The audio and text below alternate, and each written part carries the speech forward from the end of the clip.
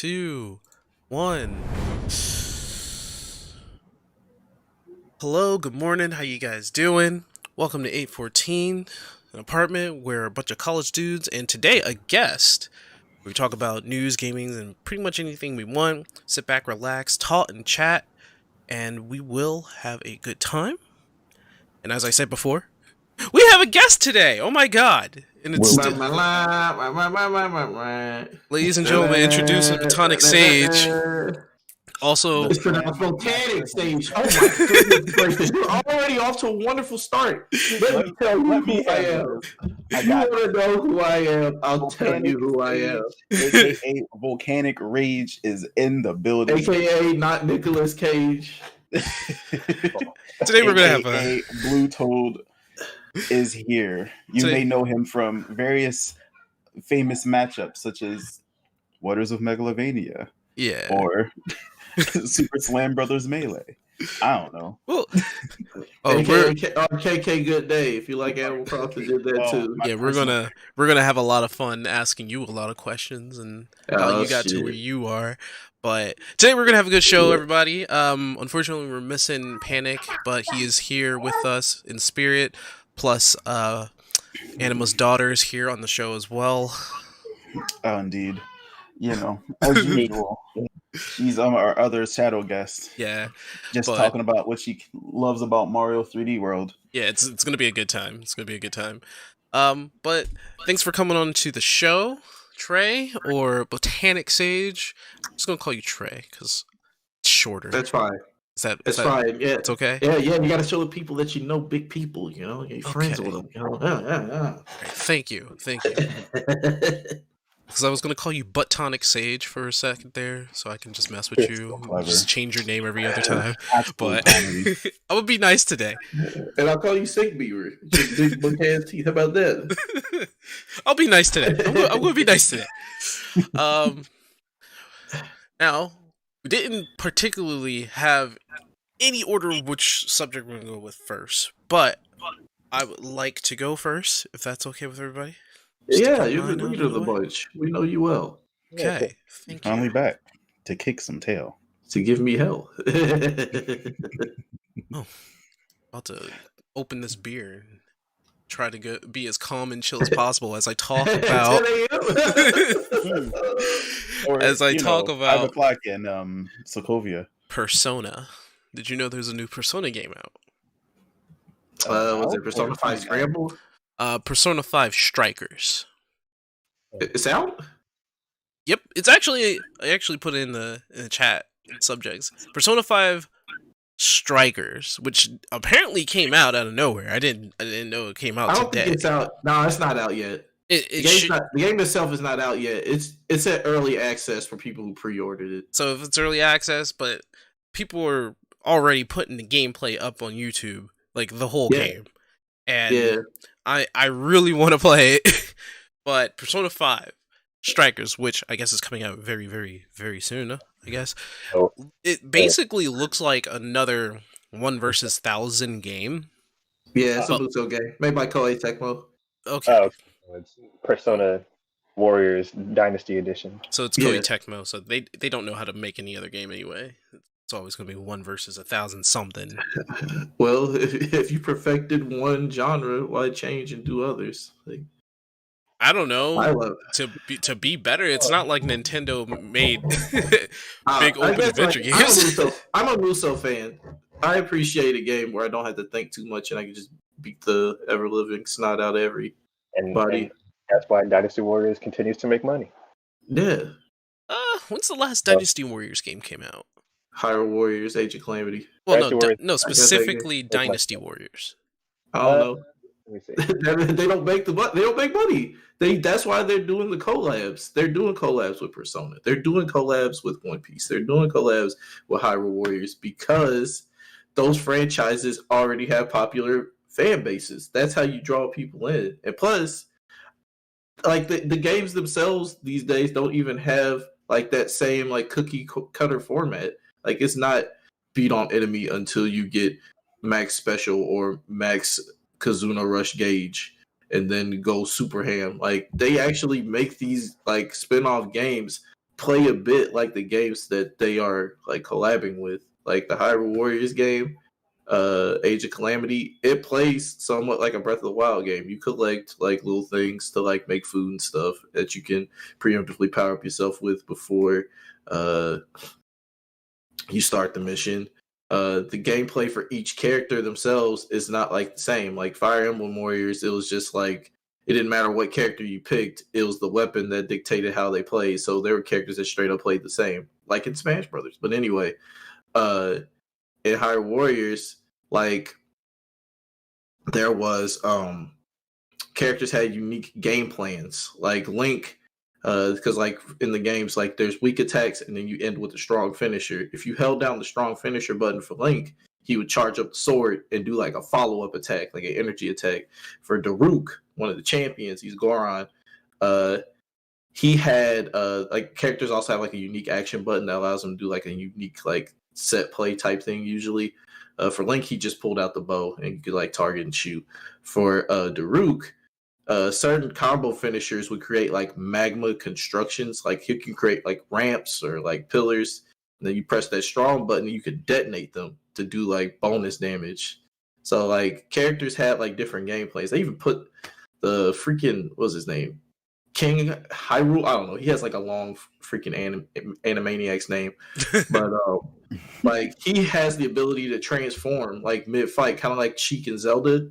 He could transform from being his kingly self with the royal broadsword to like the popper guy, like the old man you see at the start of Breath of the Wild.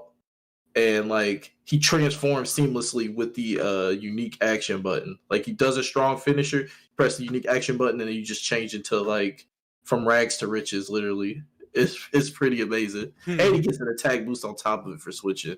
So like I don't know. Like on one hand, like sure, there's a lot of Dynasty Warrior type games out there, but like a lot of the more recent ones, they don't play the same, like at all. So I like as a fan of the genre, as a fan of Koei Tecmo, sure I'm gonna show bias, but I recommend people giving at least the spin-off games a shot because they're all different. They're all drastically different, especially Hyrule Warriors games. Most certainly, it's definitely interesting to see certain genres in the Dynasty Warriors format, like Legend of Zelda. Like I've always wondered how Link would take down an army. Like, and now we have a game of him doing it. I mean, we have two games because I'm only saying this because the first one felt just better. Hyrule Warriors, the first Hyrule Warriors. I'm not saying anything bad, like gameplay wise and the amount of content in it. Like there was so much. There was way too much in the first Hyrule Warriors, but it was like it was there, and holy crap, the amount of like what you could do in there, it was also there. And I'm not saying they didn't. Like Hyrule Warriors 1, the Hyrule Warriors Age of Calamity is actually it's somewhat similar but different when it comes to that one. Like it's not the same Link, it's not the same people, so they have to be treated differently. And just like what Trey said, like how Link works when you charge up and you actually have like a second set of combos that you can do, which are more powerful if you have the sword. And Link is really the only one who has like multiple different weapons, and he does like a whole bunch of cool shit with it. So it's actually nice. In the first Hyrule Warriors, I don't think he had as many weapons, but there was like a whole slew of characters. There was like maybe like 20, 30 of them, 20 characters, maybe like 28 characters, I think. And they came from all over the franchise, and you had different set pieces from all over the Legend of Zelda worlds. It was like, I think it was a grander scale in that piece, first Hyrule Warriors. And then the second Hyrule Warriors, the whole thing was that, oh, this is the Age of Calamity, so they focused on Breath of the Wild's world and how that worked, which I do. It was supposed to. That's my biggest gripe with Age of Calamity is that they advertised it as like an accurate depiction of events that happened 100 years ago. So they targeted that market of people who just wanted to know how things went down. And then like, I don't want to spoil, but let's just say that they took a different take on it that did not sit well with fans. Like, yeah, I'm not gonna spoil. Yeah, But but I will not let that dishearten people from like getting into that game. Because like what you said earlier about Hyrule Warriors 1 having way more content, like they were able to release DLC for that game. And then on top of that, they had like the non-story content through the adventure maps and stuff. The adventure maps, that was oh my god, that was replay city. Like you could play so many characters. And that was like the only means of powering up characters too. Like you could level up your characters, but you couldn't raise their like actual combos and weapon stats and stuff without doing the adventure map. So I thoroughly enjoyed that. And like Hyrule Warriors also like the first game, while they did kind of like follow that same like, you know, get special bar and level up the magic gauge to like go into superpower mode and kill as many enemies as possible. Like even though they kind of followed that format, it was still kind of like stuck in the old Dynasty Warriors. Every character played drastically different. Every character had a game plan, and hands down, like Link, even though like sure he doesn't have a lot of like Breath of the Wild unique weapons that you can uniquely make or whatever, that man had like 6 different like weapons with different play styles. Like you could literally ride the doggone spinny top from Twilight Princess as a weapon. Yep. Like that man had it all. He had the horse. The horse was busted. People. The I horse love that was top. busted. Oh. Yeah, the horse was straight up busted, but yeah. Kid Link was in there too. I love the fact that he was like the only one who just becomes a god and starts. He had it, yeah. Like he was people. like so like that magic gauge, like when he popped, yeah, he went fierce DD. But the coolest thing about him was that like if you did his unique action button where he plays the ocarina, he converts all of his special bar into that magic bar. So you're basically essentially beating up enemies, never using your special, and then like just staying God form for as long as humanly possible. It was, oh my god, he was so much fun. That was like hands down one of my favorite characters to play. Yeah. That and Ganondorf. Ganondorf was also fun. Crazy. He was crazy in that game. They should have based Smash Brothers Ganondorf off of that more. That would have been nuts. He probably would have been like top tier, but I am a fan. I'm a fan of Koei Tecmo. Don't get me wrong. Which is the reason why I'm talking about Persona 5 Strikers and how it just looks hella fun. But they implemented a lot of Persona in it, and I'm thinking, just like what Nintendo did with Koei Tecmo. Atlas was just like, no, you got to do it this way, and probably took a lot of the reins for Koei Tecmo to make this game, because it has again good remixes of the musics and the old music from Persona 5, and also music from the other Personas, from I think to 2. They had a really good story from what I can see. And the characters, everything is still the same. They still have like mid-cutscene animations, which looks wonderful. Whoever's doing the animations for Persona at all, they are amazing. So it's like a sequel to Persona 5 in its own way. And I cannot wait to get that game because I want to play it. And I want to see where it goes. Because is it canon to the story? Yes, it is. So it's like it's like 2 months after the original ending or the good ending from Persona 5. Okay, 5.8. I guess I would. Kingdom Hearts number right there. 5.8 Shadows of the Metaverse. I don't know. I have one question though about the first Hyrule Warriors. But you could play as true form Midna in that, couldn't you? She popped out for specials. Yeah, but she was still Midna, like still an S tier game then. I can't remember. I don't know if you could play as true form Midna or not, but let me see. I remember Midna being playable. That's all I remember. Yeah, Midna the imp was playable, and her weapon was Wolf Link, and I think one of her specials was when she goes into true form or something. Yeah. No, I think it is. She is a character. I could be wrong though. She might actually. I'll just look it up real quick. Yeah, just look it up real quick. Yeah, I think she was like playable.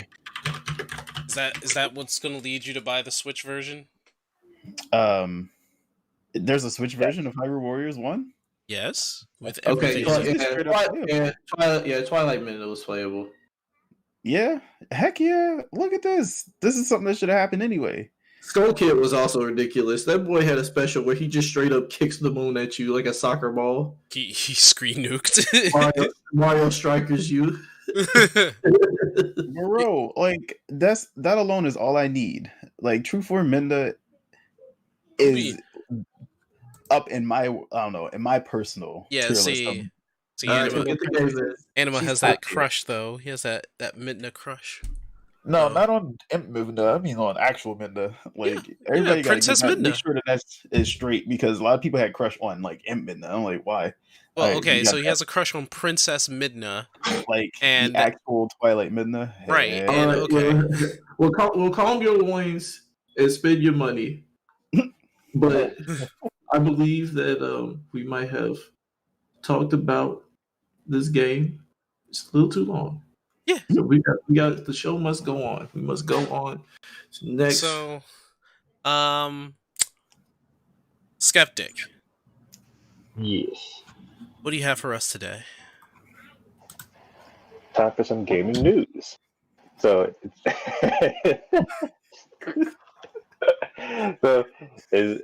you guys aware of the beef with Epic and it's the other store where you can buy games? Apple? Steam Yes. and Apple. Yeah, Apple. I am. All because of basically Fortnite. No, tell me. yeah, I was gonna say enlighten us, man. I have no idea. I didn't even know Steam and Apple was beefing. Go ahead. It's because like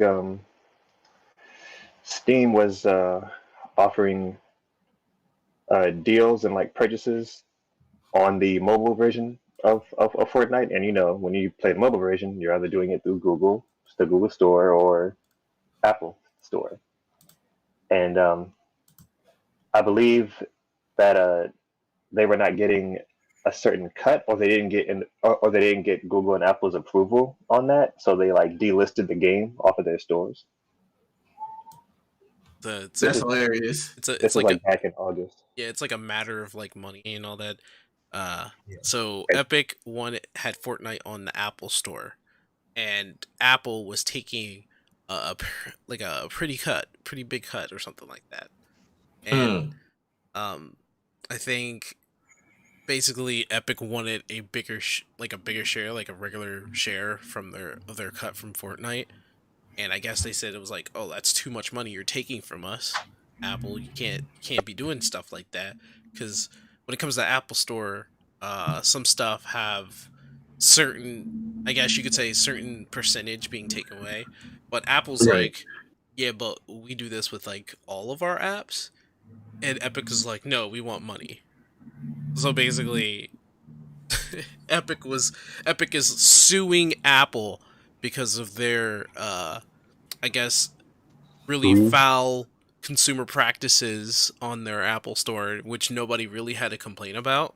It's basically a beef between Apple and Epic, and it's only between Apple and Epic, and really people don't care because it's like, while they proceed to make all of their money off of dances they didn't create. All right, Epic Games. And they tried to rally their consumers, all the kids and all the people, try to get them to get on their side by playing like is that a 1980 ad where the person was like throwing a hammer at the giant TV, hypnotizing everybody. So they did that. And like it was just ridiculous because it's two companies who just want money arguing over who gets a bigger cut. Yeah, sounds about right. Like, you're putting your product on Apple Store, and Apple said 15% or something like that, and that's just an example. I don't know what the percentage is, but It's Apple said like 30, right, or something. But something ridiculous enough for where Epic Games is like, yeah, Wolverine won't be hitting the whoa on any Apple product. It's stupid. It's super ridiculous. Involved. Like Apple is putting like is having some kind of deal with Steam, maybe it's discounts. I'm not sure what the deal is, but they're getting Steam involved. They're like, oh, okay, so Epic wants to be in the way. All right, so we're gonna go to their competition because the enemy of my enemy is my friend. Wait, That's pretty wild. So serious. it's honestly one of the most ridiculous things I've ever heard, because it's like it's a company that's already making billions because of a video game, and it's Apple that had to work up years to get their billions, right? Epic worked like maybe 10 years. Apple worked for like what, 30, 40 years to get what they want? To get 50 maybe? I'm not too sure. But we're talking about a company that said you're charging us too much, to a company that's just like, no, you're on our store, so we get to charge whatever we want. Yeah, it's fair enough, I guess. It's kind of like when you build like say you build like a store on like a piece of property, right? If the Right. property is owned by a certain someone, then that certain someone should be like, well, you're working on my land. So, yeah.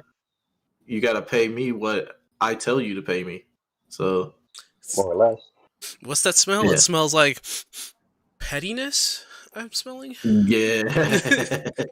We've already been over this. All of the money. If it's not all of the money, then we beefing. Yeah. I'm Fortnite makes enough money. Like, they make so much dang money. Like, and the game is not even that bad, like, at all. Like, people give it a lot of flack. The game's got a lot of polish. And it still is freaking funny to, like, see literally Blade doing the floss. Like, it's hilarious. Like, that game is funny as heck. But, like... It just got Ryu and Chun-Li. Yeah, that's what I saw. I saw that. Got Master Chief in it. Like, it's about to become Super Smash Shooters at this point. Super Yeah. You had Battlegrounds. It's going even further beyond, too, because it's like it's got Marvel in there. It's got...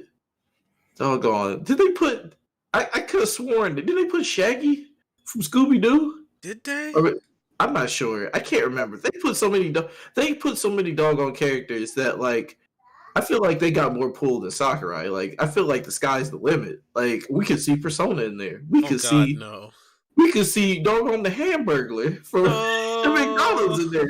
See Ronald McDonald with a gun in the background. Exactly. We could see Ronald McDonald gun down Michael Jackson. Oh God. How's that for some backwards Batman shit? I would like to see somebody like walk over the hill, and then you're like seeing a purple fucking dinosaur. It was like, is that Barney? Is that a bazooka? What's going on here? Is Barney whipping and Nene after shoot someone in the head? Like, good. Everybody smile, motherfuckers. Cause you are special. God. Everyone is special. He's like whipping everybody after. Exactly. You have to admit that, like, the sheer comedic value of that alone is like worth neutralizing all of the hate. Bro, this game wasn't even supposed to be a battle royale at the beginning. It was supposed to be like a one player build 'em up, like all the things you could do in Fortnite, you could do in this one player mode. It was basically like a defense game. A shooter defense game, basically. You were supposed to make this obstacle for all these zombies and stuff to go through, but then it was just like, wait, we're getting a lot more money from this battleground stuff. We're gonna just keep doing that. We're making a ton of money on that, and everybody loves it. I didn't get into it, but everybody loves it. That just seems like good marketing sense. I feel like all right, so I'm going to probably go into this later anyway, but I feel like a lot of people give Smash hate in the moment because they didn't get their favorite character. Oh, boo-hoo. But, like, if you just really take a moment to look at Smash and just how much polish that game has, it's so incredible. Like, the sound design alone it deserves an award. The lighting in Ultimate is really good too. Yeah, like the shadows, the way that you can see different shadows, like depending on different times of the day in a stage, or like where they are, if they're in a dimension where there is no sun, or like certain characters that don't even have a shadow, like wireframe Little Mac. Like those little details are incredible. Yeah. Yeah. Wireframe And Little Mac has no shadow. has no shadow. It took me a long time to figure that out. And I was just like, wait a minute, is that dude a vampire? Like I see all everybody else's shadows on Final Destination, and then all of a sudden Wireframe Mac is just like, Yeah, I don't really exist. They put in like, detail for like even like how characters with their different costumes. Like, did you know Byleth in his female form he holds a sword? She holds a sword a different way than male Byleth, mm-hmm. and how apparently there's like a subtle change in Cloud between Advent Children and classic Cloud. Apparently, other than what he looks like, there's a subtle change, but I don't know if it's the way he's holding the sword or if it's the way he's standing. It's the way he's standing because it's a level of depression. Yeah, depressed Cloud versus delusional Cloud. I mean, delusional Cloud was getting it done. Just saying. But there's a stay where you are. But yeah, that's definitely a good comparison, especially since there are some problems in Super Smash Brothers, just like there's some problems in Fortnite. Yeah, and how there are some problems in companies trying to get money, even though they all are making billions. They just want more money. Yeah, but Bill Gates probably gave up Banjo for fun. He was just like, who is this bear? Bro, I don't know who did the whole Banjo. I don't know who did that, but like I could kiss them on the lips, and I won't regret it. It was probably Sephiroth. He was like, I will give you this bear. All right, Sephiroth, you got a follower. Let's go. You take over the world, turn it into a planet, turn the planet into a spaceship. Yeah, let's go. Let's go. Because I said this to Anima like a year ago. I said like 2 years ago. I was like, if Banjo comes into Smash, I will immediately switch from Bowser. I'm sorry. It's just that's gonna happen. It's gonna be immediate. Yeah, you're good with him too. Like actually great with that character. When you went off stage with Wonder Wing and you killed Anima like damn near the blast zone, I was like, dang, football on that boy, he got a touchdown. I said I was gonna switch. I was like, yo, bet I'm gonna do it. Oh, that Ray Lewis freaking truck stick, bro. Yeah. Not bad. Honestly, like it's gonna be a topic we're gonna talk about later anyway, because I feel like we should talk about the Direct as like a group topic if we have to. Yeah, that could be a free talk right there. But yeah, let's move on to the next subject. Not yet. We still got 3 minutes. Oh, bet. All right. So Fortnite, right?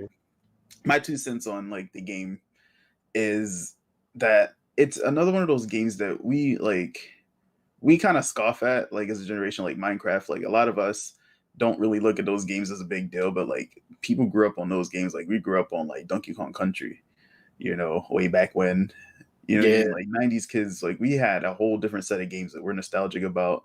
And so like when you see characters like Minecraft Steve getting into Smash or something, or when you just see these games like having such massive audiences, it does make a big difference. That's what these disputes and feuds do. Like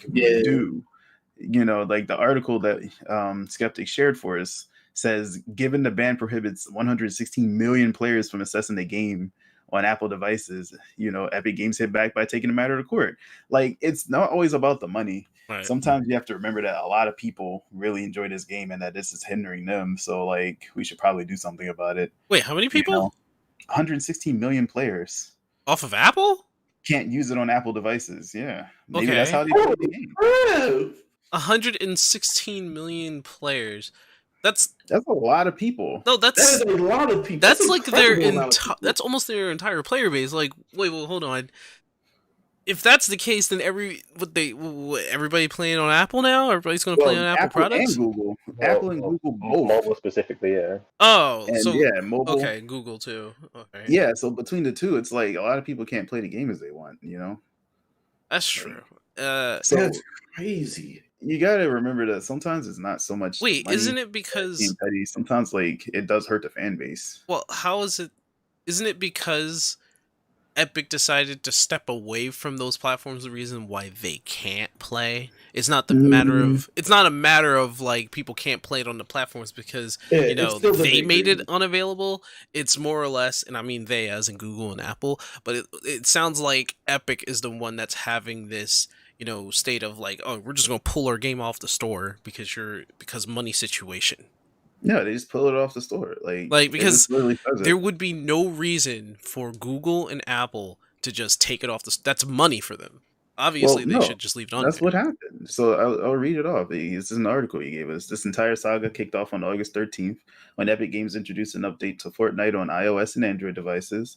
This Oh update gave players the option to purchase yeah, V-Bucks directly from the because it Epic was games themselves right because it instead was of going through them. bypass. Yeah, it was bypassing Google and Apple's initial charge and funds, their fees, and went straight to Epic. All the money went straight Hmm. to Epic, so that went against their terms of The terms of service. service Yeah, for Apple so and Google. it's again Epic's pettiness. It is, but at the end of the day, like there are cases that, hey, well, hold up now, like 160 million players just can't play the game now. Yeah, but So it's like they still went against the contract. true. So that's why it's in court. It's a little bit more than just they're fighting over money. Yeah, I feel like Epic Games, while they did try to get I mean, around, they tried to work around it. They honestly also that led to a lot of issues with the I player mean base. So to make a correction, it's a contractual obligation which pertained around money. yeah, it's a So contractual obligation. So Apple and like Google, they're not being petty. which still pertained around money. Right. But that's exactly what they agreed to. And if they didn't honor that agreement, then that's where we are right now. Yeah, So that's true. I don't know. I don't know who's gonna win per se. I don't know who's in the right and who's in the wrong, but I'm saying like there's a little Either bit more of an angle to it. either either Epic is going to have to concede to their contract that they signed for, Hmm. or there's going to be no Fortnite on Apple or Google services. That's Well, it. at the end of the day, they'll probably like put a leprechaun in from Lucky Charms and like Tony the Tiger and like I don't know, whatever character of the week, they'll find a way to implement them, put them in the game, have them fucking do the the hanky panky dance or whatever, Superman that whole Soldier Boy, and all of a sudden they've made up literally dang near all the difference of money that they potentially lost Yeah. by putting their stuff on there. So at the end of the day, they'll probably cave after they realize the loss in profits from losing 116 million players and Yeah. uh, just take the L. But in any regards, Anyway, right. on to the next subject here. Anima, what you got for us? All right. So I heard you guys don't like WandaVision spoilers, and that makes sense because everybody doesn't have Disney Plus, and they're probably still looking for reasons to go watch the show. And spoilers don't give you a reason to watch the show. So because I'm still excited about it, I'm still keeping up with it. I'm gonna talk more about like the comics and the lore, and like what we may have already seen. So I'm not gonna spoil anything in the movies, but like what Phase 4 is, because I feel like we spent a lot of time trying to set up for the episode and talk about it, and like even Skeptic was just like, wait a second, where'd Loki go in game? I'm just like, you don't remember? So with that in mind, I'm going to like talk through just some of the stuff that like is now coming to light through the events of WandaVision, but like has been hinted at since beginning way back in like the earlier phase 3, I want to say, or maybe just Endgame. I don't know. It just all depends on what you guys like are paying attention to and what you aren't. So, you guys remember that kid from Iron Man 3? You act No, like I watched the Iron Man no, movies like I wholeheartedly. don't. I do not remember anything from Iron Man 3, dude. Everybody didn't like that movie apparently. So I don't expect anybody to recognize that the kid from Iron Man 3, which was the kid that like Tony Stark ended up getting help from when he crash landed somewhere random when his suit malfunctioned, he ended up like chatting with this kid. Who was like, I don't know. I honestly couldn't tell you. He was like maybe 10, 11, 12 or something. And he was just like, look, kid, I need to get the suit working. And like the kid ultimately helped him out. And like Tony Stark decided to be a nice guy and gave him all this Iron Man tech as like a thanks. And that kid, his life was like forever changed. He shows up at Endgame as one of the people at the funeral. Which, I'm not gonna say what. I don't know if anybody's savvy to that. I don't want to spoil it, but like honestly, like he shows up at the end of Endgame, and like he's by himself. He doesn't have anybody around him. He shows up, and like it's a really small nod, but I feel like it's worth mentioning that there are a lot of inconsistencies with what we know the characters as and the people as, and what they're actually presented as. So Wanda herself hasn't been referred to as Scarlet Witch. We all know it's Scarlet Witch, but she hasn't gone by Scarlet Witch this whole time. Um, Same thing with Hawkeye. Like he's been Clint this whole time. He hasn't actually been Hawkeye. Somebody like jokingly referred to him as that Hawk, but they never actually called him Hawkeye. But he called his daughter Hawkeye, you know? And that kind of sets up a lot of questions as to what's really going on with these character names. And so, like, one thing I'll tell you is that at the end of, or not the end, but like during Endgame, if you've seen it, if you've not, Hawkeye actually takes on a whole different hero from the comics by the name of Ronan. So he technically never really realizes himself as Hawkeye, even though we know who it is. But if media has to refer to a character, they're not going to call him by his in name or in movie name. So what that has done is that set up a little bit of a subcontext where certain heroes that you think are heroes aren't really going to be presented as those people. And well, while it's all still speculation and there's been minor confirmation, do you guys know anything about the Young Avengers? That I do know. I know nothing about anything. Fair enough. I was about to say, if Panic were here, me and him would probably flesh that out. But effectively, the Young Avengers, which I believe also consists of Spider-Man, because he's fairly young. This is like the young iteration of him. Our thing that happened, but it's hard for me to explain it without spoiling anything because it kind of is based off around. Okay, so just call it Marvel Teen Titans then. So Marvel Teen Titans, yes, or Young Justice, if anybody remembers that show, is definitely a thing, and it's definitely happening slowly but surely. Phase 4 is a very deliberate setup because they know that they have the money and the backing in the audience for a lot more of a slow burn of introducing characters. It's not like you have to rush a character introduction. And it's really interesting because with what's going on with the new shows that were already announced, if everybody knows, there's a show coming out called Loki, and there's a show for that's coming out in March, I believe, for they gotta make their money somehow. The theaters are closed down. True. But Disney Plus honestly is also a way that they have a lot more flexibility as to who they can introduce into the series, because they have the rights to bring in like Sony or previously Sony exclusive or Fox, I'm sorry, I'm saying Fox exclusive characters such as so like X-Men. Yes. Oh baby, yes. Oh yes, daddy, yes. And the Fantastic Four. Oh fuck them. I mean, the only reason you probably saying that is because don't be like that. Don't serve me up a slice of pizza and then put mayonnaise on it. That's all I'm saying. Like that's how I feel. They're going to cast the same people, but they have the rights to the characters, so they can do them right, basically. Like I need if you can Mr. Fantastic and Tony Stark to interact properly. Oh, well, that's not happening. That's a bit of a stretch, skeptic. That's not happening. And also, it could, because like, why is that, Sink? Where's Tony? Stop. People don't know. I don't want to spoil it. Where's Tony, skeptic? Hey, he's the one doing it, not me. I was just gonna say, effectively, like the next movie that's been confirmed to come out for the MCU is Doctor Strange in the Multiverse of Madness. Oh, that sounds. Oh, I love the first Doctor Strange movie was. Oh, that was so good. It was so good, and we already have seen the multiverse like shenanigans happening in Endgame because they went back in time. Spoiler alert. But the thing is, like, I wanted to say this in particular, like, because they were able to do that, they now have a big wide open door to incorporate characters that should have been there in the first place but weren't before. And so phase 4 is simultaneously bringing back really characters that should have been, like, Spider-Man's reveal was humongous, right? But the only reason he wasn't in there sooner is because they didn't have the rights. Well, now they kind of have the rights, you know?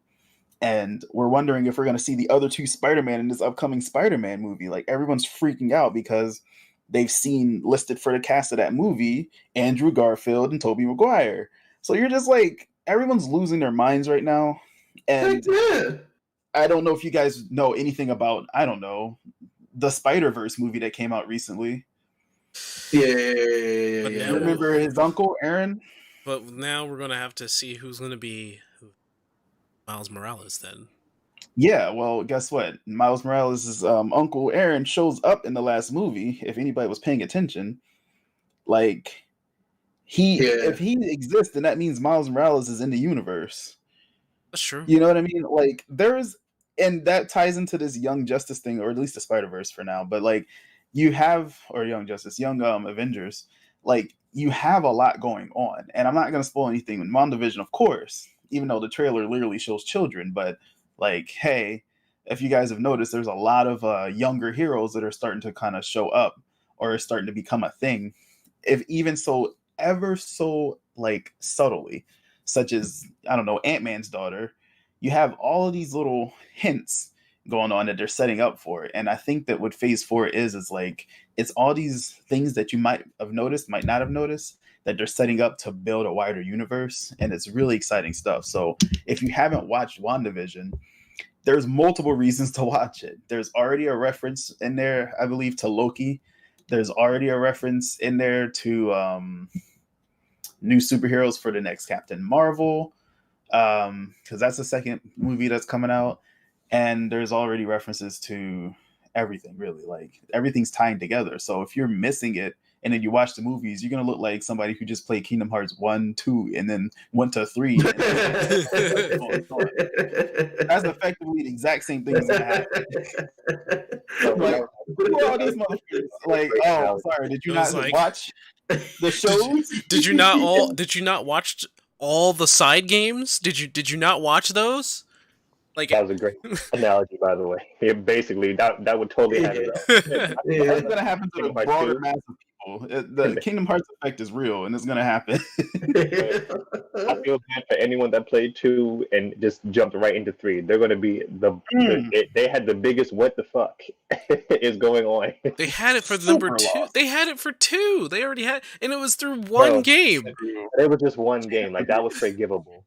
Like, and then between 2 and 3 is like 3 whole major plot changing. Let me see. Between 2 and 3, how many games were there? Like, there's a lot, but like, there's 3 important ones: like Birth by Sleep, 3D, and one more. And like, if you don't play them or don't know about them, you're going to say, "Who's this? Who's this? What's going on? Who's that?" Birth by Sleep. Who the hell's Drop Distance. I guess. Exactly. I guess technically the crappy Roxas game. Yeah, I was about to say there were 2 games. No, bro, don't even. Like, okay, that game itself was not all that good, but like, I'm gonna put some respect on the true main character's name, bro. Right, Roxas, bro. My man's story was 10 times better than Sora's. I'm sorry. Yeah, he really is like the freaking GOAT of the game, man. Like, him and the best villain being Xemnas kind of just makes that whole arc the best. That whole beef being resolved. Should have probably just excluded Sora altogether. His whole face didn't need to be there. Xemnas. I wanted Xemnas to be like that mastermind behind the mastermind, who's actually. But no. It was all Xehanort. And it would have even been just okay if he just showed some contempt. I don't get this. I don't get how you start your plan by having one of your disciples basically lose part of their heart by experimenting on them. Look, we're not getting right now. No, I still don't understand his plan. Like, all of this because of that, he wanted to get a different body, then he got a different body, then he got several bodies, and then he just goes back to being an old man. Then, like, what the fuck was the point? Yeah, that was kind of weird when you put it that way. I don't know. Because the point was that he needed a body. Like, he needed a new body. Bro, you have to understand, like, it was a multi-layered plan. Like, they were all like all the villains up until him were all backup plans. Like, he didn't plan for them to all get bodied, but in case they did, he had plan B, C, D ready to go. Bro, apparently he planned all of this out, and I still don't understand. I still don't understand how in Birth by Sleep he said he needed a new body, a younger body, in order to do things in the future. And it's Well, like he still goes back to that old man body in 3. no. Wait. So if he only needed a younger body, why did he nort everybody then? Like, explain that to me. I don't understand. No! like that was the rest of the plan. Like he himself needed the younger body, which he got. Are we forgetting like Terra? Yeah, that's what I'm saying. Terranort. So, like, he got his younger body. So I'm thinking, oh, okay, he's going to use the younger body to progress on his plan, right? And you were thinking, like, okay, so what's he going to do? Well, he got his nobody. His nobody did a thing. His Heartless did a thing. And then he apparently needed, like, 11 more bodies for something. Yeah, but he himself wanted the younger body. That was just part one. Is like, okay, I'm good. I'm in my prime. I got rid of my tinnitus, my arthritis, my tendonitis. I'm good now. With the other keys to unlock this, exactly. Like it's like don't focus so much on the younger. He didn't only need a younger body. Like you're thinking that was the only thing he needed. Skeptic. He said in Birth by Sleep he needed a younger body because his old body was just not working anymore. Yes. That alone was not the plan. If that was but then why did he go back to Old Man Nort in 3? You're getting confused. Bro, the entire series confuses everybody. Please elaborate. The old one in 3 is not the same one in Birth by Sleep, basically. Nope. The one in Birth by Sleep is in Terra's body. So if you don't want this confusion for your Marvel Cinematic Universe, exactly what I'm talking about right here. There's so much you have no idea what just happened. You just can't like be that person in the Marvel MCU. What are you gonna do? I'm sure comic book readers are like, we already are. Comic book readers are like talk about manga readers with anime watchers. Most convoluted fiction. Kingdom Hearts easy top 3. I think he changed his plan somewhere in the middle. He probably didn't give a fuck about the body anymore. If I changed, you mean A, B, and C fell through, and he went to D? Then yes. I don't think there was. I swear there wasn't even a plan. I swear it was just all right. Okay, I got this new body. What am I going to do with it? Oh, wait, change the plan. I know what I want now. I want all this power. I'm going to get this door to happen. I'm going to make it appear. I'm going to get the Keyblade, which is a dumb name for an ultimate weapon that's supposed to be a Keyblade, but it's called the Keyblade. And then he goes ahead. He's like, all right, Terra, you can never get this body back because I control it. Wait, what? Your will is in the armor. You defeat... Oh! The body disappears, Terranort's gone, but I'm Xehanort again, and my plan fell through. Like, what? Dude, didn't you use that body because you needed it? Yes, I'm telling you, that's still him. He just split his mind 4 or 5 different ways. Oh, God. What is he, Voldemort now? He's the Chico Jewel from India. Okay, tell me how... He made all those Norts. He needed Horcruxes. Now it makes sense. Tell me how this works, then. Like, they said, oh, you can't go back in time. You can only send your heart back in time, and then he talks to his past self. Okay, fine. But why and how did, like, Sora and Riku somewhat like time shift through dream drop dissonance? No. That's sleeping worlds do not operate the same, and I'm sorry that Nomura didn't explain. He met the 3 Musketeers in Dream Gods with young Mickey. He met young Mickey twice. I'm telling you. How can you tell the difference between young Mickey and normal Mickey? He looks like Steamboat Mickey. Bro, it was a quote-unquote different world. You could say different worlds, and that's fine, but, like, there has to be, like, something established. Like, what if Mickey met himself? Would that not confuse people? Like, remember, Steamboat Mickey was the same Mickey. They would all, Okay, so we know who young Mickey is, and we know who normal Mickey is. Then who's epic Mickey? That's that dude with the...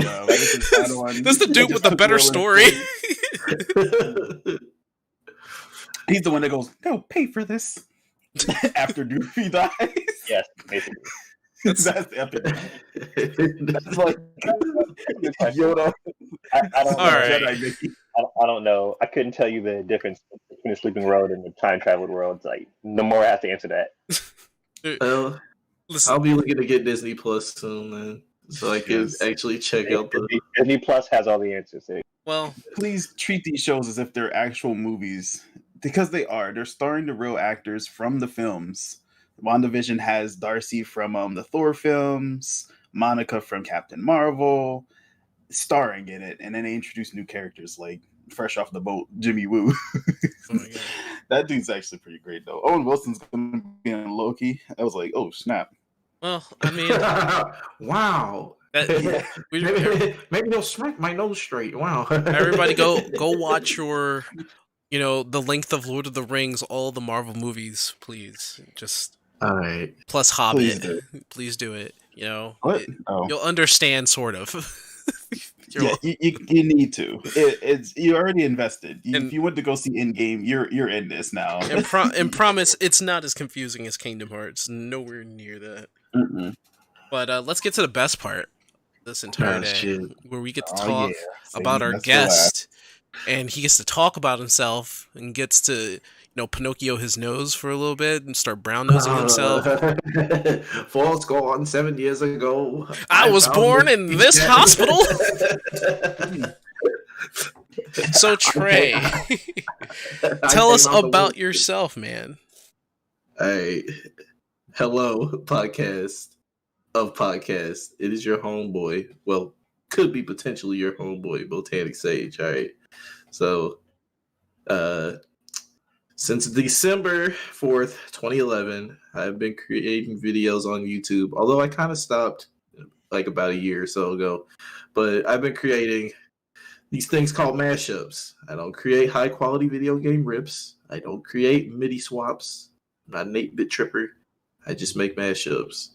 And these are basically 2 or more songs combined together to, I don't know, feed listeners a new take on something, more or less. I started off by doing Space Jam remixes because at the time I was feeling like, pretty low mentally, and I don't even remember how I found them. It was either my friend Asterix Rocks or my friend Mist. Just kind of like started showing me them. And there was a lot of Marvel vs. Capcom ones. There was a Blaze Blue one. Just really a lot of FGC songs mashed with Space Jam. So I was just like, nostalgia plus gamer. I like this. So then I tried to look up some that I thought would be like existing on the internet already. I was like, clearly someone's mashed this up with the menu theme from Melee. Look that up. Nobody did it. Okay, how about some Kirby music? There were some Kirby ones, but there weren't like ones with songs I like from Kirby, like Shiver Star and Butter Building and other things. So I was like, okay, how do I make these? So then my friend Mist was like, you could probably do it on Sony Vegas. So like he quote unquote put me on his Sony Vegas plan and allowed me to download it, and I got it. Went through the process. He showed me a few shortcuts, and so I made my first Space Jam remix, which was the menu theme one. I put it up. Didn't really know how to make videos at all. So like if you go and look at that video, you can see how bitmapped like the image is. Like it's literally just like a checkerboard with like a shoddy Photoshop on there. And I put it up, and at the time YouTube had this thing to where you could respond to videos with your own video, like as a video response.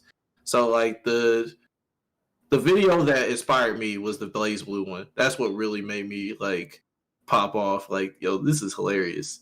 And so I responded as a video response to that, posted it up, and that's how people got to find my channel. So then I was like, okay, let me do it with like another song. And at the time it was like around when Skyward Sword was like out. And I really, really like the boss battle theme. Like the boss battle theme that plays during I think the name of the boss is Kalaktos, the dude with the 6 arms. He's like based off of like a Hindu god. It's like the Shamshears. Like I took that boss music and I put Space Jam on it, and I was like, bro, it sounds like I'm going up against Chaos Dunk Charles Barkley right now. I gotta put this up. And so like I wanted to find a way to differentiate myself from other Space Jam remixers because like the format was take Charles Barkley's face, put it on the character or the box art or whatever, like on a character, and call it a day.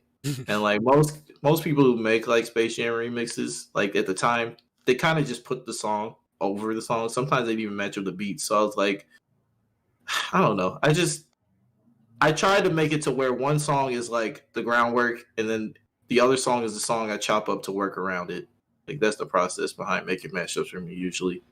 And so that's what I did. And then like take it a step further, I was like, okay, instead of it being like a Photoshop of just Barkley, maybe I should see it as like how would Space Jam transform this game's world more or less. And so like at the time, Yao Ming's face was like a meme. Like rage faces were a big thing from 4chan, and Yao Ming had a rage face.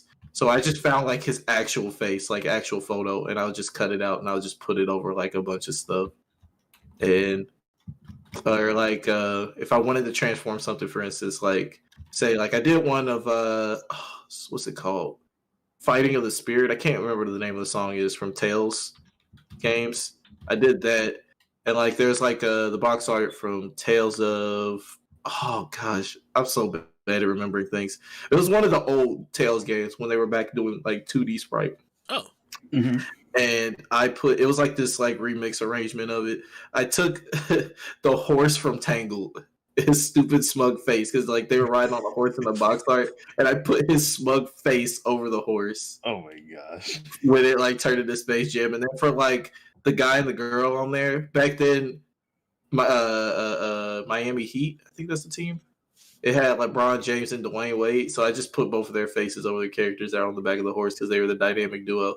In fact, I took it further too. Like after the Melee, the first Melee mashup I made got big, I actually made like a music video of the actual Melee intro, and like that video took me like 4 days to make, but because I'm not fast at editing, and like for Ice Climbers, I put Dwayne Wade's face on Popo and LeBron James' face on Nana.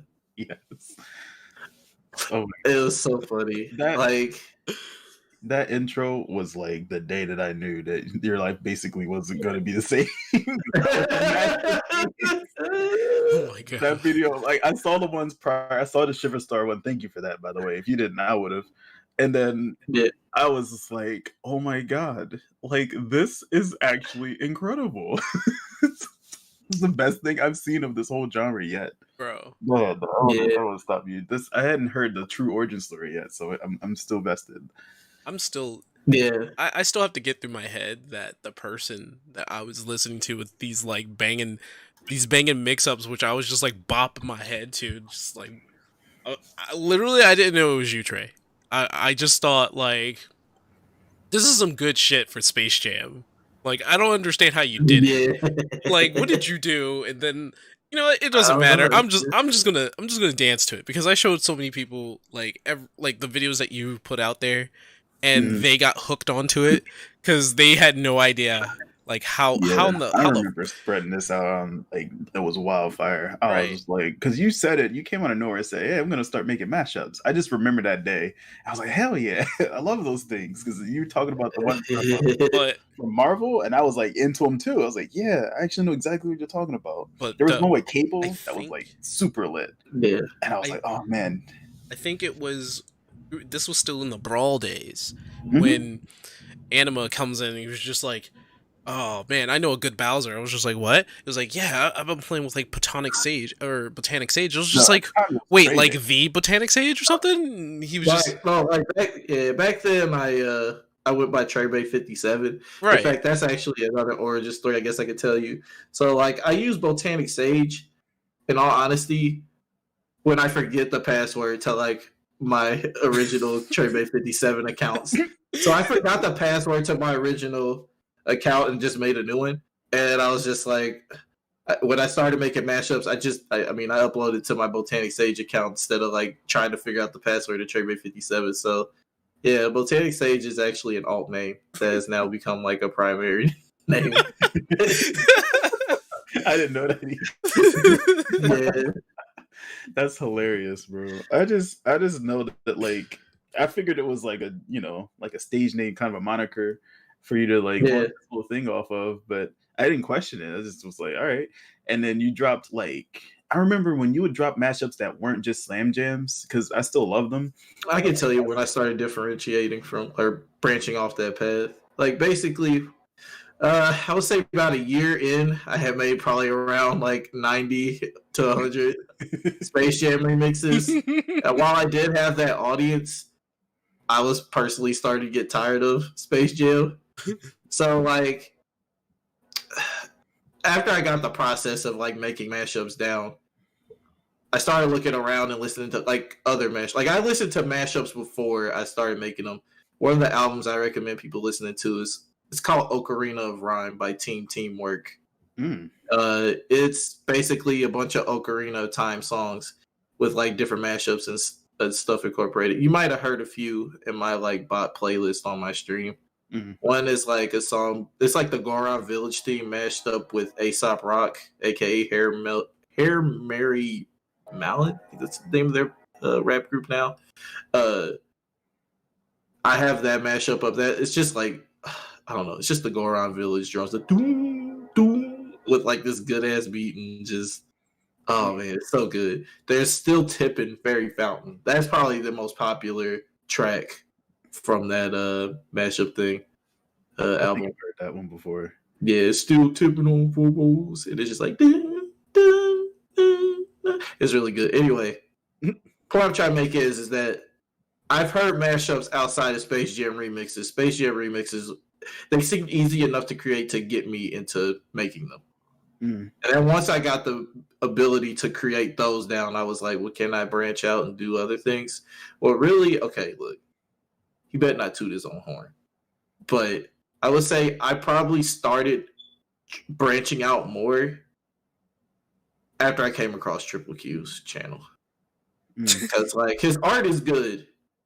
His art was good. I was like, dang, is this Soldier Boy with Gurren Lagann glasses on? Like, this is drawn pretty clean.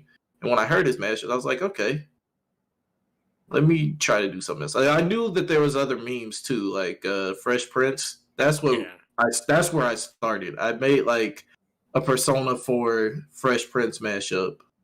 That was like the first not Space Jam like mashup I made. And after that, I made like an Alicia Keys one with like some remix I heard. It was just a remix of like some Naruto song, the beat that a guy made. And I was like, this sounds like it would go good with Alicia Keys. And I had the acapella, so I put it on it and I put it up. And it didn't really gain a lot of like traction or whatever, but I still really like it to this day. I still really like listen to it and stuff. But yeah, I would say the biggest deciding factors to me branching off was knowing that there were mashups before I started making mashups that weren't Space Jam, Triple Q, and Fresh Prince, I guess. Other memes, other music memes. Honestly, I was a huge fan of Opa Dudley Style when that came out because that was around the same time you dropped the Fresh Robot.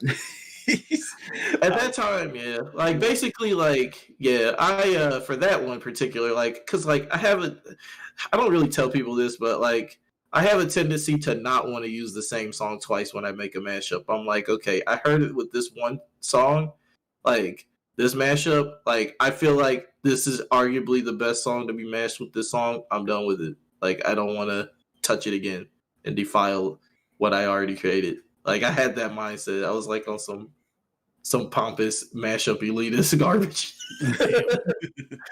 But yeah, with Gangnam Style, I was like, even though because Triple Q has a tendency to attempt, well, I don't even want to say force meme, but he most definitely, when there's something that he wants to become a joke or whatever, he will put that on the forefront. So Gangnam Style, at the time, that was his Space Jam, so to speak. Mm-hmm. So he made a lot of Gangnam Style stuff. And so like I was like, okay, fine. I'm like not a huge hater of the song, but I'm gonna make a mashup with something, and then that's it. Like I have no intent of like mashing this song with anything else ever again. Yeah. And so like for me, it was like I was listening to like Street Fighter music because I feel like Street Fighter is probably the fighting game with the best music. Don't quote me on that, but I feel like Street Fighter has the most memorable tracks for characters. Oh, for sure. It does. It does. It does. So- Nobody's arguing against that. Like if you heard Makoto's theme, like Yeah, Second place goes straight to Tekken, but like Tekken really is only in second place because there are a lot more iconic themes coming out of Street Fighter, especially Yeah. Guile's theme. Like Guile's theme is a whole like Guile's theme Meme is a itself, meme. yeah. So it became a meme. But yeah, I'm still checking the clock. I'm trying not to like run it down. But yeah, I mashed it up with Dudley's theme because at the time I was really into like Dudley's theme as character, and that Photoshop's a bit botched, but I most definitely like the mashup. I was like, it's a stylish, like dancey feel. Like Dudley's full of like Dudley always gives me the feeling of like a fresh shave whenever I see him. Like, it's just like soothing, and there's just like a cool breeze blowing through. So I was like, you know what, let's put Psy on this. And I did that. The only other time I made like a Gangnam Style type mashup was when Triple Q lost his channel. Because like Triple Q has a tendency to he'll like host collabs, like collab albums. And he had like he has like a Gangnam one called Gangnam Core. I don't know if he's done it 3 times. I was gonna contribute to the second one. Then like I don't know. I didn't really get imposter syndrome. I just kind of like got uninspired by what I was making, and I stopped. Mm-hmm. And then but I ended up kind of finishing it off as like a means of like promoting that Triple Q has like an alt channel that people can sub to, because like when you lose like a mashup goat like that online, like even if people compare you and consider you to be rivals and stuff, like for me, I had to let him know like he's not gone completely. Like so I finished it up, put out that like message like, yo, he's here for the time being. And apparently people really liked it.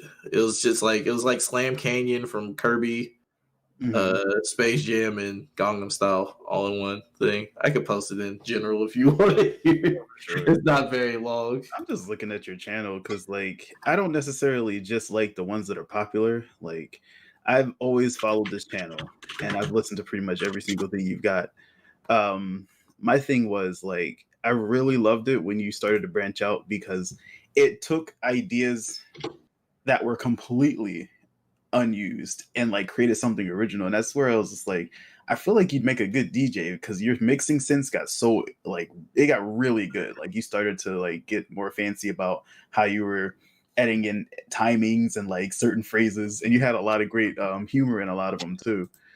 Like if it was a chill song, it was a chill song. You didn't try to meme it up. Like KK Good Day was just that, but then you have like things like people that I think it took a while to catch on, but like Touch My Coffee, the Eminem versus the Persona 5 like concept song before Persona 5 actually dropped. This is 8 years ago, mind you.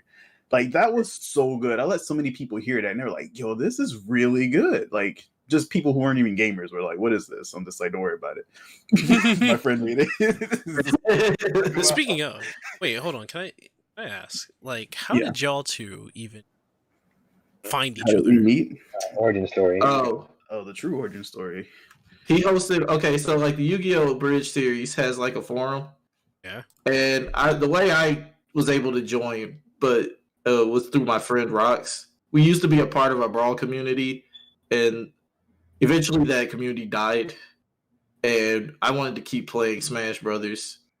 So like Rock said, well, I got this. There's this other community I'm like, I just got into. I can bring you there. I was like, okay.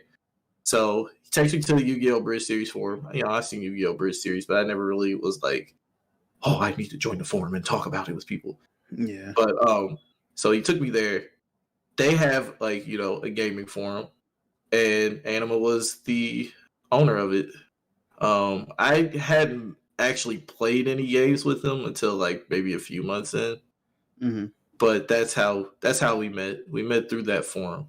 Yeah, It's called the Online Play for Everyone Network, also known as the Open. correct. Which he's definitely told you about. You just forgot.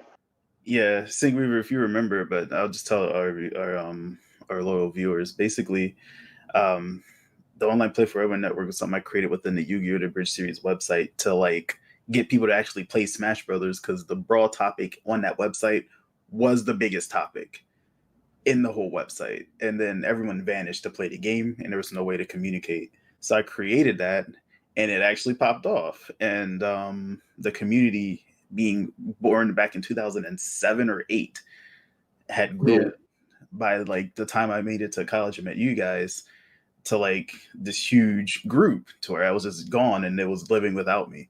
And that's where I met Trey, and that's when he like started to make matchups. Was like you said 2011, or like it had to have been 10, because I feel like me and Nah, it was 2011. That's when my channel debuted. That's when my first video.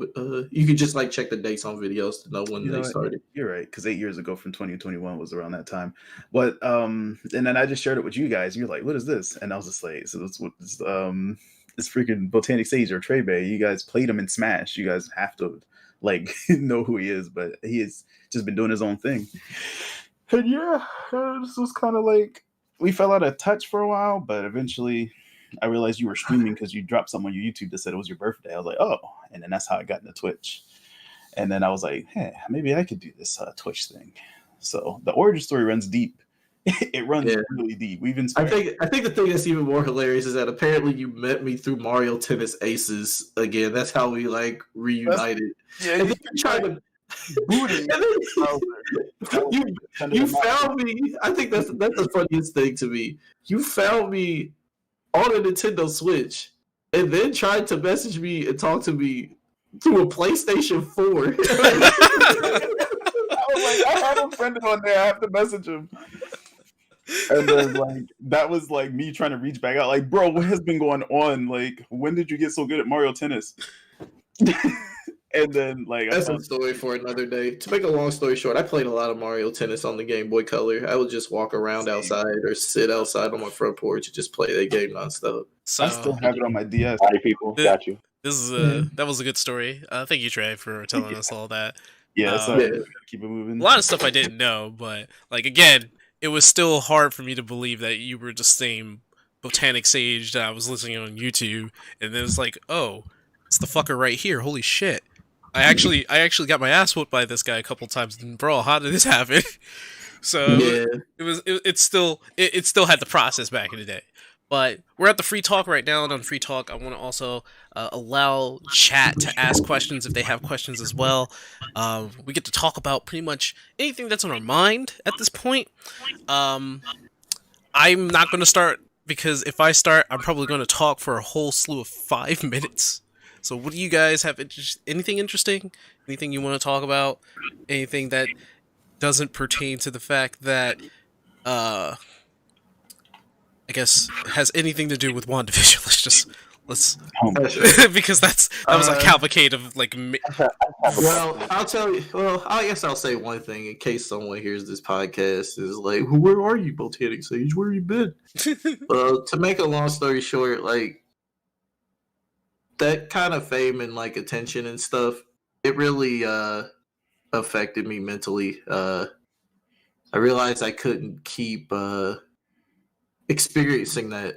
Like after like 7+ years of it, like it takes its toll, because you start getting. I started getting big performance anxiety and imposter syndrome, because a lot of things that go into like the music creating process, like for instance matching up BPMs and stuff, I never really did that. I just did it all by hand manually, stretching and compressing, because Sony Vegas allowed that kind of freedom. Mm-hmm. And so, like, for me, it's like, while there are people out there that are like, oh, God damn it, he's the God. That's why he's the GOAT. The GOAT. When they came to me for, like, actual music advice and stuff, I couldn't provide them anything. And so, like, instead of feeling like somebody who like actually, has some sort of talent, I started to feel like I didn't deserve it. Mm. And so like that mindset like affected me. Then it's like on top of that, like like you don't realize like when you start growing like that, like it happens in an instant. Ain't nobody prepared for it. It's kind of like look, I'm not Mike Tyson, but he went from being like someone who didn't really have like anything going for him to like suddenly being the king of the world just because he knocked out one guy. Like your status kind of changes dang near in an instant. For me, it didn't really change in an instant, but I would say around like the 3 year mark, I would say 2014 is when I hit my peak personally online. And like after that, like I still kind of uploaded, but like outside life, like really like mixed in with it. And so like it became kind of like a time thing where it was like I could only dictate so much time towards things. Mm. And like I'm sorry, I didn't mean to like take a whole conversation, but like It's all good. Yeah, like Yeah, it gets. I ended up like a lot of things happened outside my, like, because like at the time I was like in a relationship, and then like my relationship started to hurt because I was streaming and like creating videos and stuff. And then like I had this like fear of losing everything, or like I wanted to keep everything that like I held dear, and I didn't want to sacrifice anything, and ended up losing pretty much everything in the process, like because of that mindset. And so like now like I'm not really creating on YouTube or anything anymore because the imposter syndrome, not being able to deal with the attention, and like just what I've lost outside of it, I guess.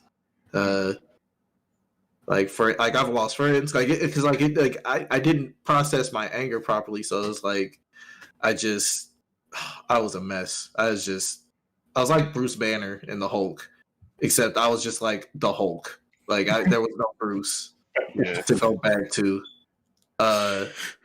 And That like now, yeah, now I'm in a better place. Like I'm in a better place now, but it's like I'm so out of practice. Like I don't really possess that strong ability to hear songs in other songs anymore. And so, like, in order for me to create mashups, I just need more audio editing knowledge. And I've been putting it off for years, like just sitting down, downloading Fruity Loops, and just learning and just creating and stuff. But I know I need to. If I want to continue doing it, then I need to do it. But as it stands right now, I'm kind of content. Like I don't want a lot of attention anymore. And then like on top of all of that, like I have to deal with YouTube's like crappy copyright system. Like anybody could just claim it at anything. They didn't even have to make the song. They could just make like some shoddy remix of the song, claim it's theirs, and YouTube will pick it up. Sephiroth mashup was slapping for what it's worth. I appreciate that, Miss. It was true, yeah. I really enjoyed that whole entire intro. Like that alone was enough. YouTube is kind of like music's sworn enemy at this point. Because I don't know if you heard, but there was musicians who had their own music copywritten by like either a company or just some like random person, and they had to go out of their way and just be like, "What are you doing?" Yeah, it's pretty exhausting process. It's even worse for mashups, artist makers too, because it's like we don't really license these people we make the mashups off of. Like we create, we put it up, and like if they decide to make like best case scenario, they make a claim, they make money off of it. It's up for people to still listen to. Worst case scenario, they block it in certain countries, or they block it worldwide, or they give us a strike. Like it's very hard to make mashups on YouTube or a lot of platforms. So like that also kind of took out my motivation to create as well. Yeah, that's a real reason, honestly. Actually, it still affects us in today's world. I kind of had the same problem because I'm part of like the Final Fantasy community, and when I started making lores, people were watching in the thousands, and the community is not even big, So when people were watching in the thousands, I somehow got put on this huge pedestal of like, oh, these are one of the lore content creators. So my name was like next to like these people I don't even know, but one was like Ethis, and Ethis was the #1 lore content creator, along with Oh, like Final Fantasy Union and all the other good stuff. And I was just like, I just wanted to make something that nobody made. And it was like, at first, it was about Final Fantasy 11 because nobody knew about that. And yeah. then I went to 14, and then I started doing these things called like an Eorzean like Historia, which was basically the whole entire history of Eorzea. And Okay. people started watching that because they were just like, "Oh, the old Sinkweaver is back," and I'm like, "No, it's just missing on YouTube. I just wanted to make it." Um, People started having like this giant expectation of me Mm-hmm. of just like Yeah. keeping up with all that. But there was like few resources. There's a lot of resources actually that I'm missing. Like for one, I have the first book, which is a giant encyclopedia of the game of like Mm. Final Fantasy 14 and Final Fantasy in general. I'm missing part 2, which is really hard to get, and usually people are scalping it for like $100 or $80 online, and I am Jeez. not paying for a $20 book for $80 Yeah. to $100. I've seen it up to like $200. I said this is kind of ridiculous. So there was that. There was the fact that I was trying to further my IRL career, so I was trying to get that out the way, so I'm not strapped for cash anymore. And I was in that situation for like a few years because I was like job hopping, and I didn't want to do that anymore. So I just stuck with a career now. Now I got my career, Mm. and that's taken a lot of my time, but I enjoy that career because it's something I wanted to do. And That's good. yeah, and people who tell you like your career is just like it's there so that you can retire. There's some jobs that you can actually enjoy. It's not even a job; it's a career now, and Mm. that Yeah. right there isn't like my dream job. My dream job is to actually make content and get like money off of that, and stream, because Mm. those are things that I have more enjoyment than the Yeah. current career that I have right now. So I may enjoy the career that I have, but I Mm. like streaming and I like making content. I just don't have all the time, especially with like family issues, which I'm not gonna go on. Yeah. But there are Yeah. issues in there. Like the only thing I will say is that to people who out there who do not believe that the big COVID isn't real, I've already lost 2 family members to it, so Mm. y'all Yeah. gotta get your shit straight. That's what I'm saying. Yeah. I mean, you're Yeah. not lying. I mean, I went back to being a humble teller. So I used to just be on the phone all the time. And you get people coming in talking about, my relative just passed. And there's a guy who literally works at a morgue who's just like, we've been slammed. It's really crazy when you think about that, like in scale. Like we're getting people every single day. And it's definitely not something I want to focus in on for the rest of the topic. But I mean, you're right, and I don't feel like I should have to prove it to anybody. If I'm ever to explain to anyone what's going on, like they're just not paying attention. Right. But to add to what you guys were talking about, which is that like I didn't really raise up the way you guys did, but I completely understand where you're coming from with that. But the angle I wanted to talk about is this: when you have to juggle personal life to like that thing that you did as almost as an escape, not truly like to get away from that stuff, but because you enjoyed it. Like when that becomes stressful, it becomes like this weird thing where the very thing that you did to de-stress becomes the stressor. Like Yeah. that really Hmm. weighs heavy on a person. Like you end up having these weird pressures from all sides, and like when you don't know where to go, because for me it wasn't so much that it was just the online pressures and then the offline pressures of my personal life, which were in dire straits at the times as well. It was also the fact that like no matter what I did, because what I did created what people enjoyed, it created more stress no matter where I went. So like I was good at gathering crowds. Right. Like I just have a knack for it. I was working at Amazon distribution center, and they just happened to be a PlayStation 4 in there. And because I don't have like the fear of judgment, just walking up and just playing the game. Like my one move brought one other person there who was really good at the game. It was just like, oh, I've been waiting for somebody to play this then. And then our playing brought more people around. And then before you knew it, we had a whole like Evo crowd in the break room of an Amazon. shouting to the point where we were getting noise complaints. Like, it's just what happens, you know what I mean? Like, when I just kind of like go and just unapologetically be myself, like, it gives other people like permission to like express what they like. And so I would always turn that into something. I'm like, well, we got all these people here, and then somebody starts to steal the Tekken game that we were playing that we are getting all hype of because they were annoyed. So and Amazon wouldn't do anything about it. And then we bought it on the system, and then somebody deleted it. I'm like, okay, now we know it's an attack. So then we're just like, why don't we just do this outside of work? And next thing you know, I have a whole, after work event where I just bring people over to play at the fight nights. You forget that people who come through, if they're not at work, aren't necessarily going to come through the most presentably. You had people who are drunk, you had people who are just inappropriate. And it's like, I'm managing that. It's the same as like managing the open. It's another issue I have to deal with. People I have to ban people in real life. I'm like, I'm sorry, we didn't want you to drive home drunk again, so we're not going to invite you back if you can't like carry yourself in a responsible way. I imagine the Kiev crew. That to his face, worse than online. I imagine the Kiev crew, somebody comes knocking at the door, like, boo, boo, boo. What you want? Yeah, I'm Dave. I came here like 2 Saturdays ago, and like, close the door. Poof. Yo, it's Dave. It's Dave. What's that motherfucker doing here? Yo, tell that motherfucker to leave. Pooch.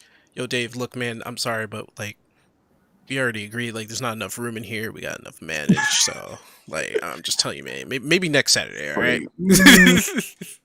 We seem to have a carbon monoxide poisoning problem in here. Don't want you to get any of that, but we're still oh my gosh. Ligma is on the prowl. You know what I'm saying?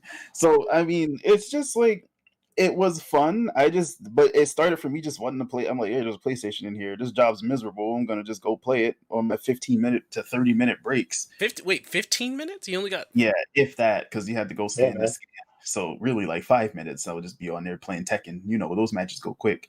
But like, it was just enough time for people to rotate the controllers and play matches, and like, it got to like a group of 30 to 50 people, dude.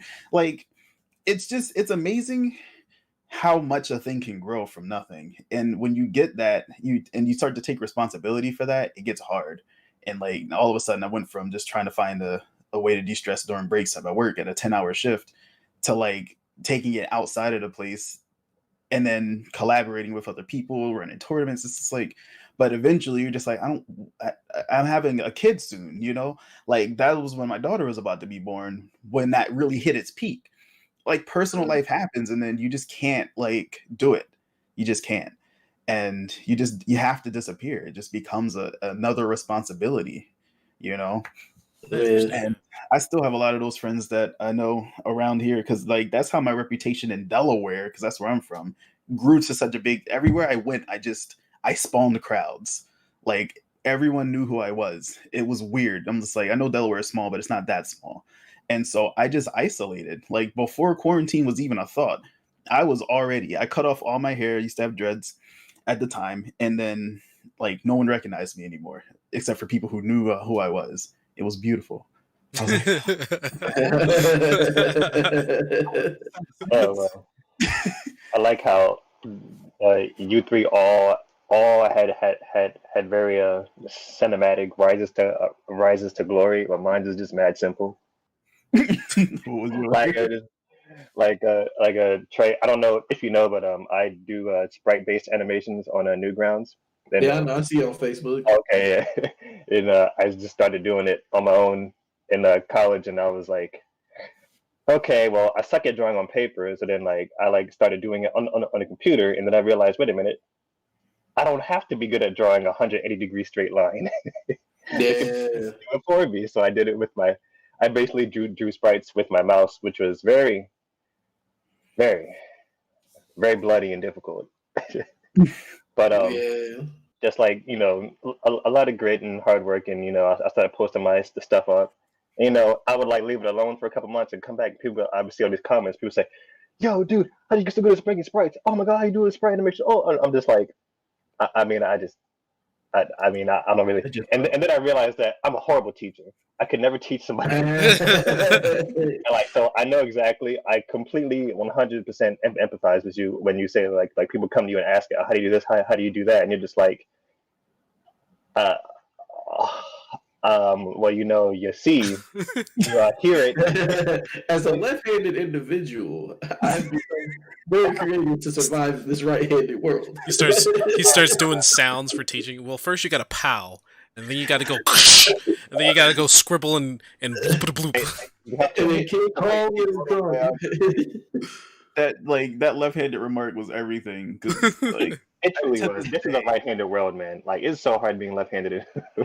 it is, but, like, it's weird because somebody was like, I was in a music store the other day, like inquiring about lessons, and he was just like, "Wait, you write with your left hand, but you play with your right?" I was just like, "Yeah, I'm ambidextrous." Hey, you told us, man, that, and we all can't be ambidextrous like this guy. But that was Well, you're ambidextrous?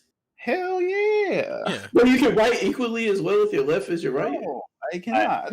I didn't Hey, have that Actually, noise. I just write with my left, and I draw with both hands. so like, I'm also in the same situation. Well, then how the hell are you losing to being Smash? Exactly. Automatic pressure. It's- because I'm ambidextrous. Now I'm There's actually a couple things in that, because like I was also born left-handed, but mom was like, you left-handed, you're not going to survive in this world, so I'm going to teach you how to be right-handed. And I was You just know like, what does happen? I guess it's just going to have to be a thing. Like, It's like we're a whole Granted- race of people that don't like deserve to be alive. like, I don't know if that was I'm sure it's benefited you in life, but I don't know if that's like that's less black and white. Like, was she wrong or right for doing that? Very wrong. She Let me did, she tell you wasn't the really wrong- right. So But I mean, it depends. Like, she forced the skill upon you, but I'm sure you've used it to survive several things. So, like, my left hand is stronger than my right hand, so that I can actually vouch for. Like, if somebody were to arm wrestle me with my right hand and I lose, and then some left-handed guy comes and arm wrestle me and I wrestle them with my left hand, I'll probably match them. Or if I'm feeling really good, maybe I'll win. But there's a lot of things I can do, like artistically or athletically with my left hand than I can with my right hand. Like, I could snap with my left hand, but I can't snap with my right hand, which it just doesn't come through. So Yeah, I have a stronger snap on my right hand. My right hand is my like physical activity hand. That's what I use to play tennis. That's what I use to play pool or bowl or anything like that's more physical. Left hand is what I use to use chopsticks. I can eat, of course, with both hands, but like I will Right. cut. I just have more dexterity in my left. Like I have more dexterity, I have more flexibility, and more control than my right. My right is just literally ball a fist and throw it at somebody. My left is like create, like power the creator, power the destroyer. Like that's power, Power the power, the power, the power, the power, the power. Like, and meanwhile, my right hand is complete garbage at everything. Like, left hand, 1,000% left-handed over here. Right. I didn't actually. I forgot you were left-handed. I never really paid attention to that You stuff. never but- just You know how hard it was using a right-handed mouse and having to draw on the computer with your right hand? You know, I had Wait. So most of us here are left-handed, or our origin stories was to be left-handed. and we're all black. Let's go. We need to play the lottery tonight. This is a league. Yo, it's like Black Four Swords over here. That's Avengers right now. You know what I'm saying? And freaking last year, I finally got a 2-in-1 hybrid, like a laptop that can switch to a tablet mode, and I can finally draw with my left hand. I'm just like, Oh, heck. it just feels like a new power just got unleashed. I was like, oh, all the wasted years. a pop off. Oh So gosh. much easier. But Yeah, just yesterday I had to find out what to do because I was had Audrey in front of a video for ukulele. She's left-handed, mind you. Like, of course she Oh, is. let's go. And then I was like, all right, we're gonna hold it like this. I gave it to her right-handed because I almost fell victim to the same thing because I'm just like, it's not a left-handed guitar, so what am I gonna do, right? She was just like, I want to hold it like this. I was just like, weird that you would consider a left-handed guitar as somebody who uses their right hand to do all of the complicated stuff and their left to strum, but whatever. And then she was like, I want to hold it like this. I was like, all right, so you want to use your left hand to strum? So I literally look up a YouTube video that's like, hey, it's a ukulele, right? Can I tune it left-handed? And they're like, yes. I was like, all right, bet. And I tuned it to that, and then she was able to play opposite of me, which was left-handed. I was just like, there is a way. You can just give people an opportunity if you just let them. Like, why is it such a big deal? Because people want convenience at the end of the day. That's why they try to force people to be right-handed, because the majority of the world is right-handed. Having to cater to somebody who does things differently is not fun for people. It's not. Here's the thing, though. They don't give me those left-handed sisters and like it. I ain't playing. I still remember your name, first grade. You try to force me to write with my right hand. Dude, you slapped my left hand and tried to force the crayon in my right hand, so I had to learn how to write and stuff in secret. Oh wait, you went to I told my mom. You went to like a private Catholic school too? No, I went to a public school, but I guess she had that private Catholic mentality. So my mom gave her an exorcism. Let's just say that. I have no idea where I went, but it was a school where it was basically a church. I was still a kid, and you have your nap time, you have your school time, you have your crayon time. But when you were taking a nap and you started whispering or anything like that, they come in and they take a fly swatter and swat the floor at the kids who actually were talking like they were eagle ear or something. I don't know how they even heard that, but that was the kind of school. Like they washed her mouth out with soap if you said damn. And when you're trying to Bible matter. I'm reading the scriptures. Come on now. You'd be like, what the heck is this? And they'd be like, go wash your mouth out with soap. I'm like, no. And then they drag you over and wash your mouth out for you. I was like, what kind of... So you went to some kind of a Babylonian I was stuck in like 1733. I have no idea where I was. Shoot. You about to become a slave. Sheesh. Like, they slap the hand with the ruler as soon as you don't ball your fist up into it. Like, oh my god. Like, it's serious stuff, man. Yeah. That's why everybody has such a scar nowadays when it comes to learning certain stuff. Dude, there's actually a scar on my wrist because they did that. Oh, a literal scar. Oh. There's an actual, I never really like throw it around because it was like so long ago. I thought it would disappear when I got old. It's not. It's still here, but I'll take them to court. No, I used to Harry Potter. I must not tell lies type stuff right there. I actually used to draw with my left hand. Like I drew a lot with my left hand when I was a kid, and they always picked up the crayon and put it in my right hand, and I was just like. But I like drawing with my left, and it was like God doesn't like left. I was like, what? God doesn't like left? Oh, I better draw with my right then. Yikes! That was the biggest yikes. But we're not gonna go too far to that because what are the two rules? We don't. We don't talk about that. But that's the story. That's the story. That's real stuff, though. Like honestly, it's just weird that people thought that left was like evil for whatever reason. It's just all superstition. Nowadays, there's a lot less of a stigma against it, even though it still exists. Because I go into work and then people use their left hand and that's why I'm pissed off at Shigeru Miyamoto for putting that sword in Link's right hand. He took one of our own. Oh my god. I'm convinced that Link is ambidextrous. I'll be completely honest. He has to be. Better be. He has to be. But he's canonically left-handed. Let's just like the hero is a left-handed hero. He has the Triforce in that hand, like the triangle, the courage. And he wields the Master Sword with that hand. That's probably how he imbues the Evil's Bane with it. The courage channels its way into the sword, and he cuts up darkness. Like, Miyamoto, I'm tired of you catering to your right-handed audience. Give us our left-handed king back. I'm not playing. Or else compensate. Or else I'm taking the four of us up there, swords in hand. We about to be like the Darkwing version. Be the Darkwing version of Four Swords Adventures. You dang right. Oh god. Well, that actually is our time. That was an amazing way to end. Yeah, that was an amazing way to go. But to just put one point out there. So Trey, I know we've just heard your entire adventure, everything. Thanks for coming on the show, by the way. It's a good time. Good time. There is those moments where people will have like for you for instance that creativeness may actually make people suffer. I actually went through the same thing as well. I'm sure Anima has gone through like a certain block itself. I'm not sure about Skeptic. Skeptic, we didn't get the full story from you, but We'll get like thing. Don't suffer in silence. Everything all three of you guys went through. Actually, it's funny enough. Like you all, I should have added this in. Like except for you, Trey, because you happen to not be there at the time. All of your struggles, I just fed off of it and took the advice from it. So Yeah.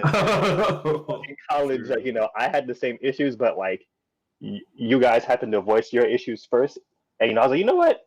That makes sense. Problem solved. So I didn't really have I didn't have the wall of oh my god, what do I do? What do I do?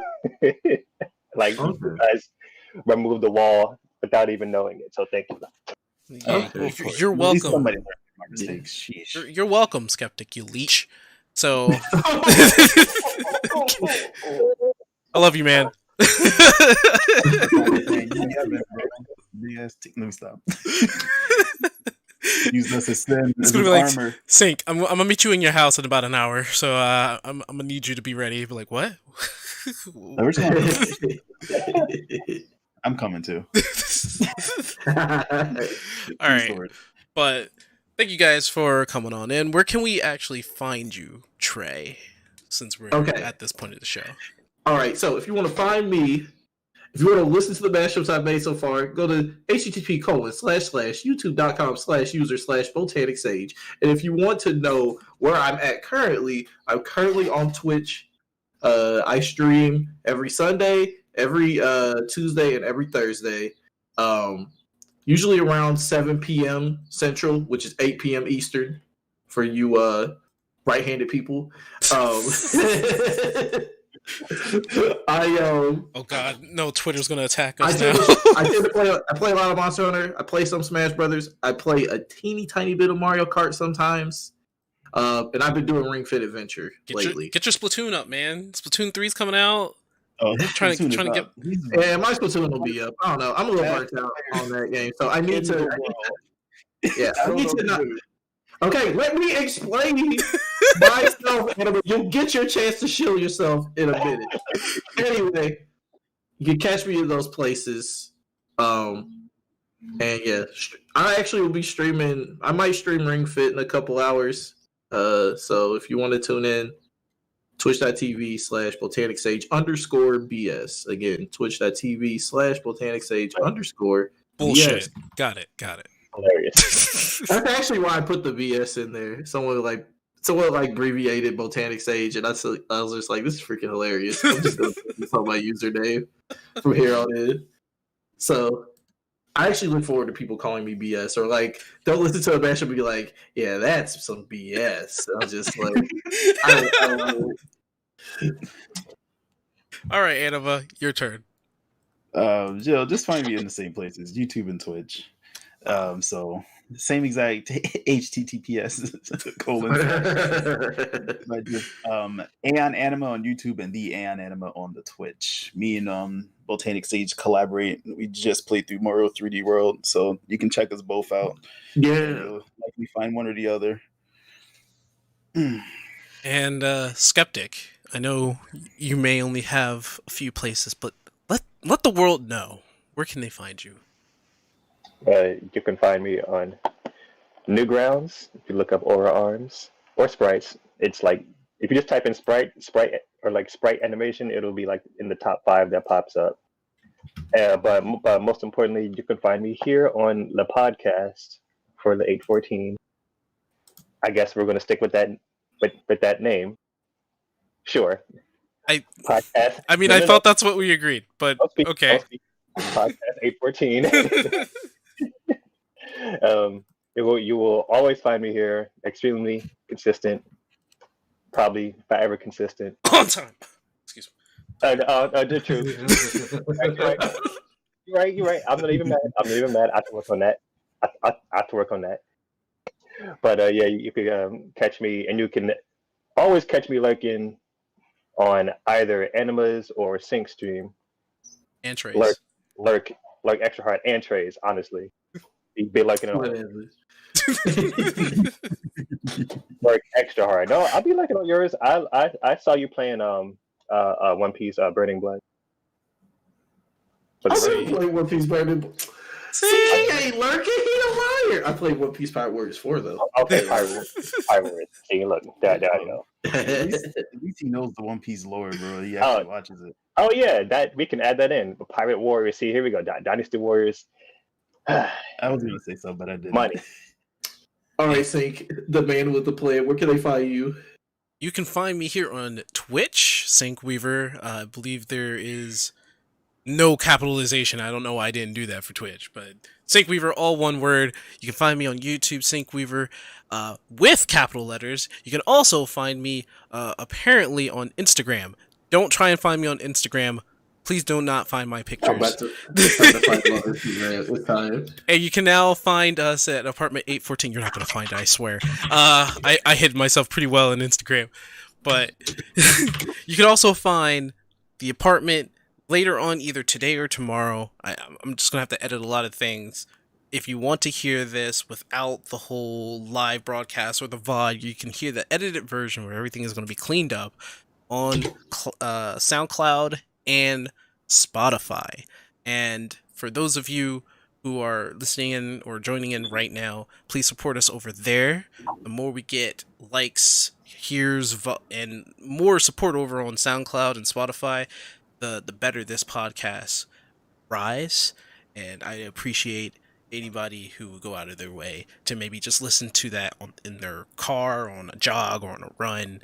You know, just support that over there more than over here. Support your black creators. Let's go. Let's get it. Support your left-handies, you know. Support your left-handed. Let's go. So absolutely. No, we're coming for you. Sakurai, watch out. We're coming, man. Yeah, exactly. You just don't know, man. What had Kirby? What had Mad Knight got on their sword? So, thank you guys very much. Thank you, everyone in chat, for joining in, and thank you for listening to our podcast. This has been Apartment 814 with our special guest, BotanicSage, aka Trey, aka BotanicSage bullshit, and and oh man, we will see you guys next time. See you guys next time. Why'd you have to say BS, man? That's like the most fucking hilarious thing I've ever heard. Well, it took you like 5 years to realize. Anyway, goodbye. Bye.